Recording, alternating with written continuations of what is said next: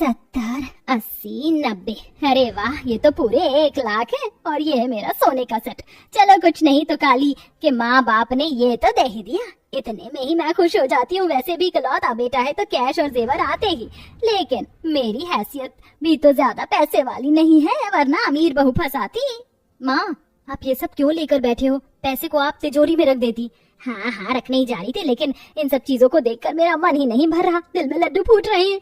आज से पहले मैंने 1 लाख रुपए देखे का है, लेकिन तुम्हारी शादियों में बहुत पैसे देखूंगी। मेरी 5-5 गोरी दूध जैसी सुंदर बेटियां हैं, तुम्हारे लिए तो अमीर घर का लड़का ढूंढूंगी और मजे ही मजे फिर। ओहो माँ, आप भी ना जब देखो तो हर वक्त पैसे की बात करती रहती हो। पैसा ही सब कुछ नहीं होता माँ। अरे तुम ये सब छोड़ो, अगले हफ्ते हमारी भाभी इस घर के अंदर आ जाएंगी। उनके लिए कुछ सरप्राइज प्लान किया है या नहीं? मैं तो सोच रही हूँ उनके लिए चांदी की अंगूठी खरीद लेती हूँ अपनी सैलरी से। तुम क्या करोगी चारों?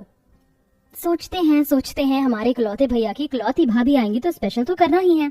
चुप करो तुम पांचों की पांचों, उस काली बैंगन के लिए कुछ भी करने की कोई जरूरत नहीं है। हमारे ही सर पर चढ़कर नाचेगी। ये मत समझना तुम कि मुझे तुम्हारे इकलौते भाई की काली पत्नी पसंद आ गई है। मजबूरी में शादी कर रही हूँ। 1 लाख रुपए और सोने का हार मांगा है, तभी ये रिश्ता आगे बढ़ा है।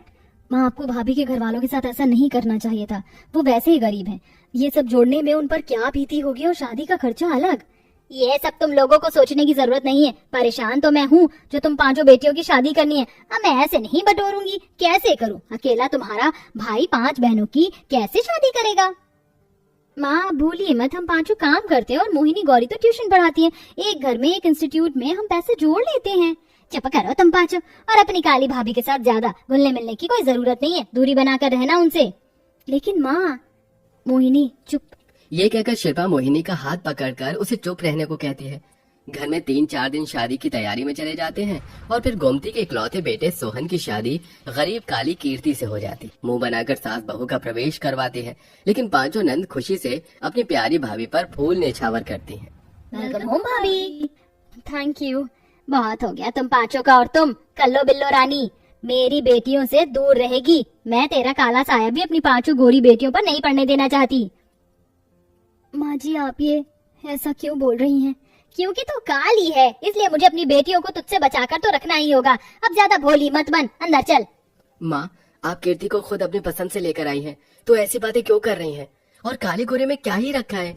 इंसान का दिल मायने रखता है। अच्छे से कीर्ति के बारे में मैं भी नहीं जानता, लेकिन आप परख लीजिए ना। तू चुप कर, मुझे ज्यादा ज्ञान मत दे। अब सब अपने अपने कमरे में चले जाओ, शादी की थकान से मेरा सर दर्द हो रहा है। खड़ी क्या है तू काली जामुन? जा मेरे लिए अच्छे से अदरक मसाले वाली चाय लेकर आओ और फिर मेरा सर दबा। जी माँ जी। ये कहकर कीर्ति रसोई में चाय बनाने चली जाती है, जहाँ उसकी 5 नंद अपने कमरे से छुपकर रसोई में उसके पास आ जाती हैं। भाभी अकेले अकेले चाय बना रही हो? अरे वो भी सिर्फ माँ के लिए। आप हमें अपने हाथ की चाय बनाकर नहीं पिलाएंगी? नहीं नहीं दीदी, ऐसी कोई बात नहीं है। मैं आप 5 के लिए भी चाय बना देती हूँ। लेकिन आप मेरे पास क्यों आई हैं? अगर माँ जी ने आपको मेरे साथ देख लिया तो वह आपको भी डांटेंगी और मुझे भी। आप 5 दीदी इतनी सुंदर हैं कि मेरी परछाइयाँ भी नहीं पड़नी चाहिए। बस करो भाभी, माँ की बातों को आपने अपने दिल पर ले लिया, लेकिन हमें फर्क नहीं पड़ता। हम आपके बारे में ऐसा नहीं सोचते। हम तो आपके साथ रहेंगे, इसीलिए तो छुप कर आए हैं। और ये परछाई, काला गोरा सुंदर, हम ये सब नहीं मानते। आप हमारी इकलौती भाभी हैं और आपको हम दुखी नहीं देख सकते। हाँ भाभी, इसलिए खुश हो जाइए, वरना हमें खुश करना आता है। नहीं दीदी, मूड सही नहीं है। मैं माँ जी को जल्दी से चाय बनाकर देकर आती हूँ। ओहो, हमारी भाभी तो बहुत उदास है। चलो इन्हें खुश करते हैं। तैयार हो ना तुम सब?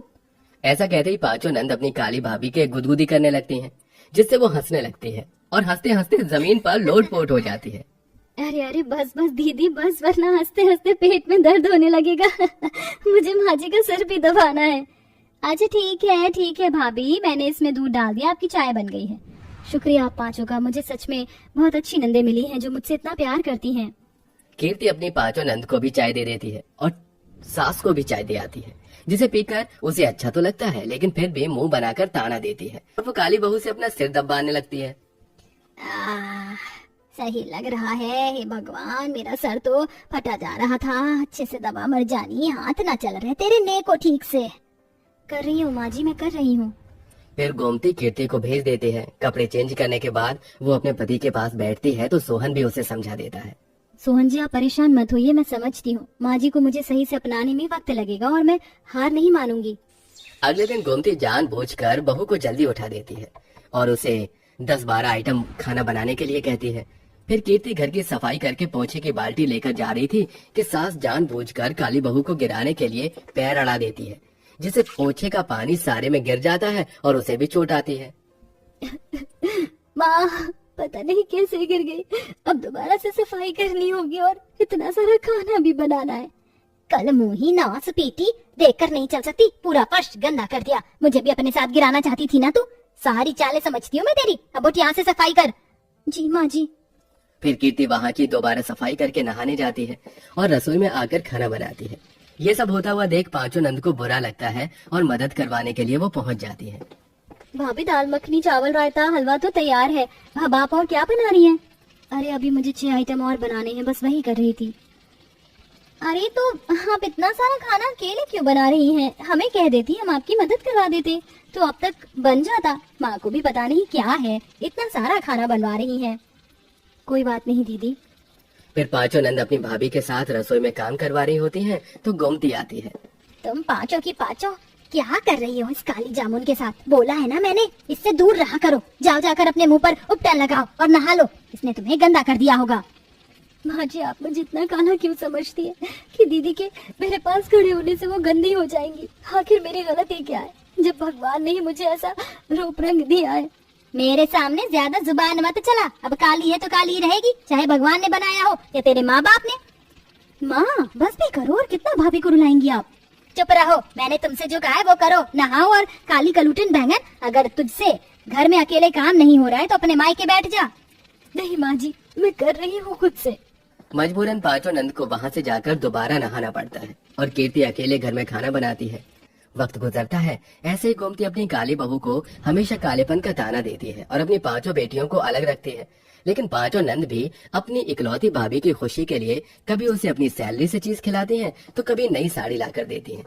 एक दिन वो पांचों नंद के साथ अपने कमरे में खाना खा रही थी, तभी गुस्से से गोमती वहाँ खाने का सारा सामान जमीन पर फेंक देती है। समझा समझा कर थक गई हूँ तुम पांचों को। इतनी गोरी हो, इस काली कलूटन के पास मत बैठा करो। क्या जरूरत है इसके पास खाना खाने की? और इस पर अपना पैसा मत फूको, ज्यादा ही है तो मुझे दे दो। हम जो भी करते हैं अपनी खुशी से अपनी इकलौती भाभी के लिए करते हैं। क्यों आप उनके पीछे पड़ी हो? वो कितनी अच्छी है, सबका घर में ख्याल रखती हैं, और आप जितना परेशान करती हैं ना, हमें भी सब दिखता है। और पता है, तुम लोग कुछ भी कह लो, मैं ऐसे ही रहूंगी। गोमती काली बहू पर बड़बड़ा ही रही थी कि इतने में खिड़की से कोबरा सांप आता है और गोमती के पैर पर डस कर चला जाता है। अरे मोरी मैया, माँ जी, लगता है माँ जी को सांप काट कर चला गया। भाभी भाभी कुछ कीजिए ना, कहीं माँ को कुछ हो गया तो हम पांचों कैसे रहेंगी? भाभी, भैया भी नहीं है, जल्दी से आप माँ को बचा लीजिए ना, उन्हें अस्पताल लेकर चलिए। आप सब चिंता मत कीजिए, मैं माँ जी को कुछ नहीं होने दूंगी, और डॉक्टर को कॉल कर दीजिए, मैं तब तक माँ जी का जहर निकालती हूँ। कीर्ति गोमती के पैर पर एक कपड़ा बांध देती है जिससे जहर पूरी बॉडी में ना फैले, और उसके पैर से चूस चूस कर सारा जहर निकाल देती है, जिससे धीरे धीरे गोमती होश में आती है और कीर्ति का शरीर नीला पड़ जाता है और वो बेहोश हो जाती है। तभी नंदों के फोन करने पर सोहन भी घर आ जाता है और फौरन सब बहू को अस्पताल लेकर पहुंचते हैं, जहां कुछ देर बाद उसके होश आने पर डॉक्टर कहता है, कमाल कर दिया माताजी, आपकी बहू तो बहुत स्ट्रांग है, उनकी बॉडी से भी सारा जहर निकल गया और आपको भी उन्होंने बचा लिया। ऐसी बहू तो सिर्फ किस्मत वाले लोगों को ही मिलती है। देखा माँ, आपकी बहू ने किस तरह आपको बचाया और आप हर पल उसे ही सुनाती रहती थी। मुझसे बहुत बड़ी गलती हो गई बेटा। कीर्ति बहू, तू होश में आ गई। बहू मुझे माफ कर दे, मैंने तुझे कितना सुनाया, कितना तेरे काले रंग के बारे में बोला, इसके बाद भी तूने मेरी जान बचाई। शायद चिराग लेकर ढूंढूंगी तब भी मुझे तेरे जैसी बहू नहीं मिलेगी। सही तो कह रही है माँ की, हमारी भाभी लाखों में नहीं करोड़ों में एक है, हीरा है हीरा। तुमने बिल्कुल ठीक कहा। चल बहू, मेरे साथ घर चल, तुझे बहुत प्यार करना है। जी माँ जी। इसके बाद सास अपनी बहू को गले से लगा लेती है। कुछ देर बाद वो सब घर पहुंचते हैं और गोमती अपनी बहू को प्यार करने लगती है, उसका ख्याल रखती है और इस तरह सब खुशी खुशी रहने लगते हैं।